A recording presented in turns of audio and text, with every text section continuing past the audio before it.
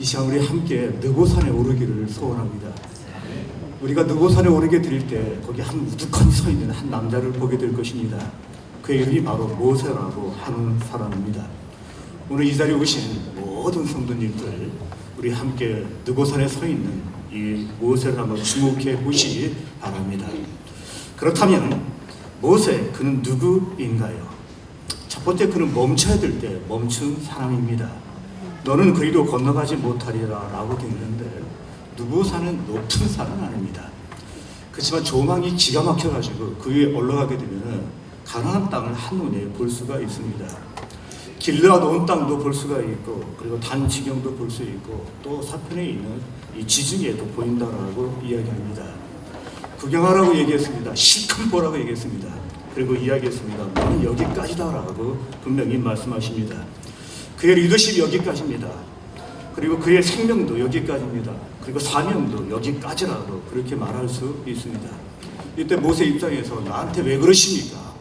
너무 심한 것이 아닙니까? 라고 이렇게 반문할 수 있습니다. 왜 하나님께서 허락하지 않았는가? 우리는 알고 있습니다. 민수기 26장에 보시게 되면 그때 하나님께서 반석에 명하라고 하셨을 때 그때 77거로 되어 있습니다. 어떻게 보면 해석에 따라서 화를 낸 것 같기도 하고 습관적으로 친 것 같기도 하고, 어쨌든 화를 잘 내는 사람은 특징이 교만한 사람이라는 거예요. 그래서 어쨌든 간에 교만함을 보였다라고 그렇게 이야기할 수 있습니다. 어떻게 되었든 간에 그때 명확하게 얘기했습니다. 너는 가나안에 들어갈 수 없다라고 분명히 이야기했습니다. 이제 그 일이 있은 후에 그의 나이 120세가 되었습니다. 느보산에 다시 구경을 시켜주고 모든 것을 다 보게 한다고 멈춰라라고 그렇게 말씀하십니다. 그때 모세가 멈추라고 했을 때 멈췄다는 것입니다. 멈추라고 할 때 멈추는 거 쉽지 않습니다. 왜요? 그동안 포기한 게 너무 많습니다. 그는 애굽의 권력을 포기했습니다. 부를 포기했습니다. 그리고 명예를 포기했습니다. 모든 걸 다 포기했는데 여기서 멈추라고 하면 좀 너무 아쉽지 않습니까? 그뿐입니까? 약속의 땅이라고 이야기했는데 그 땅, 모세에게도 약속의 땅입니다. 그리운 땅이었고 한번 가고 싶었던 땅이었고 조상 대대로 너무 사모했던 그 땅입니다. 근데 안 된다라고 이야기합니다. 그뿐만 아니라 그는 선한 일에 욕심이 있는 사람입니다. 모든 사람의 특징이 있는데 선한 일에 욕심이 있는 사람은 본인이 시작했으니까 끝을 보려고 하는 사람, 우리 주변에 굉장히 많습니다. 많은 권력자들의 마지막에 안 좋은 이유가 무엇이었습니까? 그들의 공통점이 있다면 멈춰야 될 때 멈추지 않았다는 점, 그리고 시작과 끝을 본인이 해야 된다는 생각을 했다는 것입니다. 더 중요한 게 여기서 또 뭐가 있습니까? 그는 건강하다는 것, 눈이 흐리지 않고 기력이 쇠하지 않았다라고 되어 있는데, 그에게 경험만, 지식만 있는 게 아니라 그는 있죠. 건강도 있습니다. 모든 게 다 있습니다. 근데 하나님께서 멈추라고 했을 때 멈춘 사람이 누굽니까? 바로 모세입니다. 하나님이 가라면 가십시오. 하나님 멈추라고 하면 멈추십시오. 왠지 아십니까? 그분은 전지하시고 실수가 없으시고 그리고 시행착오가 없으신 분이기 때문입니다. 그래서 가라면 가고 서라면 서는 것이 우리의 모습이라 말할 수 있습니다. 저는 지금 고양시 행신지구에서 목회하고 있습니다. 저도 목회를 좀 해본 다음에 오늘 이런 생각을 했습니다. 내가 출생한 곳은 충청남도 직산이라고 하는 곳이고, 성장한 곳은 또 수원이라고 하는 곳이고, 마지막 사역은 서울에서 했는데 내가 지금 어떻게 행신지구에서 목회를 하고 있지? 그 생각을 한 거예요. 그때 딱 스치는 게 있었습니다. 그 이유는 여기 하나님께서 시행착오가 없고 실수가 없으신데 너에게 맞는 게 거기였기 때문이라는 거 그때 알게 됐는데, 제가 이게 보시면 어디 스타일 같아요? 제가 고양시 스타일이에요. 강남 스타일은 싸이고요. 그 다음에 저는 민중 스타일 아닙니다. 띠를 들고서 있죠. 노동자의 권익을 위해서 앞장설 수 있는 그런 용기도 의식도 없는 사람입니다. 근데 제가 정말 어울리는데 하나가 있는데 고양시가 어울리는 거예요. 고양시는 농촌 아닙니다. 그래도 공단 지역도 아니에요. 그리고 강남 지역도 아니에요. 제가 딱히 자랑할 게 없이 하여튼 여기 갔다 오면 괜찮을 것 같아서 하나님이 저를 거기에 세워놓으셨는데 지금까지 목회를 잘 하고 있습니다. 여기 은퇴하시는 우리 김진수 목사님 계시는데 어느 목사 추대를 받으시는데 우리 김진수 목사님 서울 스타일 아닙니다.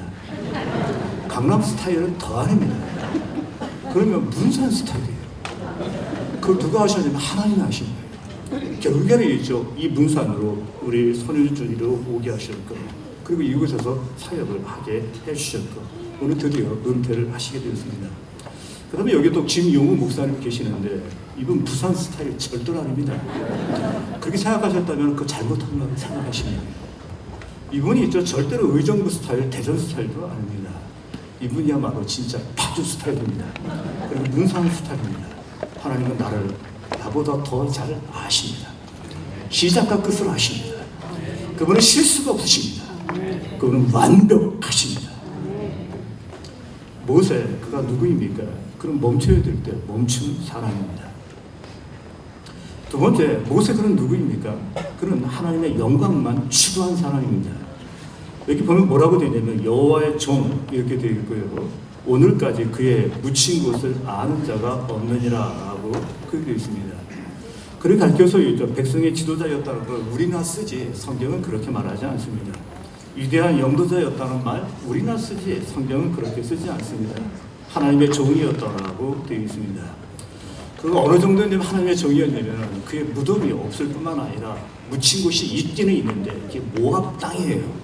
약속의 땅이 아니라고 분명히 말해주고 있습니다. 죽어야 될 때가 돼서 죽었고 그 다음에 무덤도 만들지 말라고 해서 만들지 않았습니다. 간단합니다. 하나님의 영광만을 위해 추구했기 때문입니다. 그렇게 살아왔기 때문입니다. 우리 예수 믿는 사람들이 있죠. 이쯤 되면 스치는 인물이 하나 있어요. 그게 누군지 아십니까? 칼빈이라고 하는 사람입니다. 이 칼빈이라고 하는 사람은 참 몸이 약하신 분이에요. 사진을 보시면 삐쩍 많았는데 다이어트한 게 아니라 병이 많아요. 그래서 그분은 삐쩍 많았어요. 그분이 나중에 과부하고 결혼하시는데 아마 그 이유가 자기가 너무 허약하기 때문에 자기를 돌봐줄 수 있는 사람이 필요하지 않았을까 하는 생각을 합니다. 27살 때 그가 기독교 강요를 썼습니다. 27살 때 지금 무엇 하셨습니까? 혹시 핑클이 아니라 뭐죠? 블랙핑크입니까? 하여튼 뭐 노래 들으셨습니까? 아니면은 축구 얘기하십니다. 그리고 손흥민 이야기하십니다. 27살에 손흥민 얘기하고 지내야 돼요. 그리고 놀아야 돼요. 근데 27살 때 기독교 강요를 썼다고 하니까 와 하는 생각 듭니다. 그리고 이제 마지막에 자기 무덤을 비석을 세우지 말아라 해서 세우지 않았습니다. 제네바에 무덤은 분명히 있는데 무덤 관리인도 칼빈의 무덤 몰랐습니다. 물어보면 있기는 있는데 어디 있는지 모르겠다는 거예요. 근데 없다가 계속 사람들이 밀려오니까 방법이 없었어요. 그 나중에는 있죠. 뭐 비석도 세워주고 주변에 꽃이 있다라고 이렇게 이야기를 하고 있습니다. 20차례 김영민 목사님이 계시는데 거기 갔다 오신 다음에 사진을 찍은 거 보고서 알았습니다. 모세 칼빈 공통점이 무엇입니까? 하나님의 영광을 추구한 사람입니다. 저는 예수 믿어가지고 수지 맞은 사람입니다. 목회가 십자가의 길이고 고난의 길이라고 알고는 있었는데 제가 수지 맞았지 소홀해 본 거 별로 없습니다. 저희 때는 있죠. 결혼도 쉬웠습니다. 지금 목사 안수 받는 분 가운데 결혼을 못 하셔가지고서 할까 말까 고민한 적이 있어요. 지금 다 줍니다. 왠지 아십니까? 안 한 게 아니라 못했어요. 나이가 들면 있죠. 이거 못하는 거예요. 근데 저희 때는 그렇지 않았습니다. 춥고 배고프고 서러움이 있었냐라고 얘기했을 때 굳이 뭐 들춰내고 긁어내면 있을 수 있지만 별로 없는 것 같고 그게 있었어도 있죠. 제가 좀 부족해서 그랬지 예수님 때문은 아닌 것 같아요. 부귀 영화를 누리지 못합니다. 그렇지만 이 정도면 된 거 아닙니까? 이 정도면 된 거 아닙니까? 부귀 영화 누리지 않았지만 지금 이 정도면 됐다라고 생각을 합니다. 바울이 경험한 동족의 위험, 강의 위험, 춥고 굶주림 저 잘 모릅니다. 근데 그 이유가 있었어요. 제가 신앙을 시작하기 전에 이제 하나님 주신 말씀이 있는데 이 말씀이었습니다. 너희는 먼저 그 나라와 그의 의를 구하라. 그러면 이 모든 것을 너희에게 더하시리라. 이 말씀이 팍 꽂혔는데 너희는 먼저 그의 나라와 그의 의를 구하라. 이 말을 어떻게 해석했냐면 제가 고등학교 때 있죠. 하나님의 영광을 위해 살아라. 그러면 이 모든 거 했을 때 있죠. 갑자기 제가 이 모든 거 다 주신다. 하나님의 영광을 위해 살리라. 그래서 이제 어린 마음에 딜 생각, 딜. 내가 이렇게 살 테니까 이 뒤는 하나님이 책임져 주세요. 그리고 저 퀄리티 있는 거 좋아하시죠? 좀 뒤 책임져 주실 때 좀 화끈하게 책임져 주시고 정말 괜찮게 해주세요 라면서 지내면서 살았는데 늘 저는 멘트를 읽겠습니다. 우리 중에 자기를 위해 사는 자도 없고 자기를 위해 죽는 자도 없도다. 우리가 살아도 자기를 위해 살고 자기를 위해 주를 위해 살고 주를 위해 죽나니 사나 죽으나 주의 것이로다.